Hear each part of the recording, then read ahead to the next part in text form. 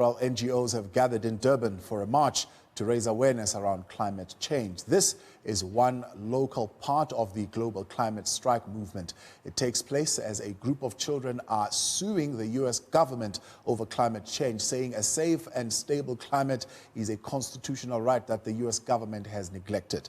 Now, over the next few days, marches are taking place in solidarity across the world. The Durban leg of the march starts at the International Convention Center and will proceed to the Durban City Hall.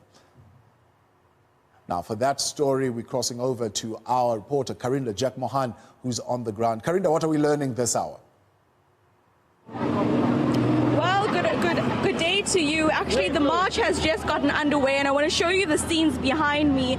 Over 100 people from across Durban gathering here today. You can see from various organizations really coming together to save our environment, an end to climate change. You can see especially young children gathering to ask the government to ensure that they take steps to, of course, end climate change. And I'm here with one of the representatives who will hand over a memorandum to representatives at the Durban City Hall later today. Shanice Furman, thank you very much for joining us, Shanice. Can you just go over some of the requests that have been in the memorandum?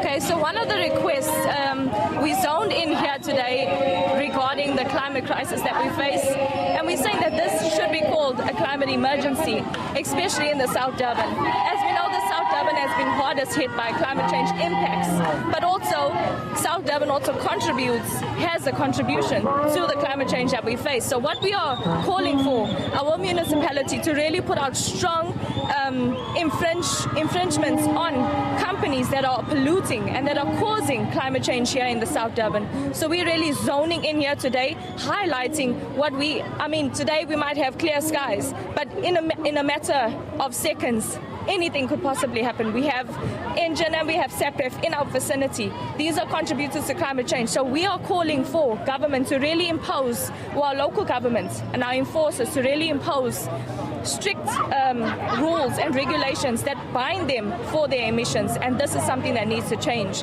here in the South Durban. And let me just zone in on what we are talking about. So in South Africa as a whole, the extraction and transport and smelting of minerals and metals remain South Africa's major contributors to climate change. And so these are in our vicinity. So there needs to be something, there needs to be a change, there needs to be a shift to renewables and really changing what we have here as climate change today. If we don't do something now, we will never get anything done.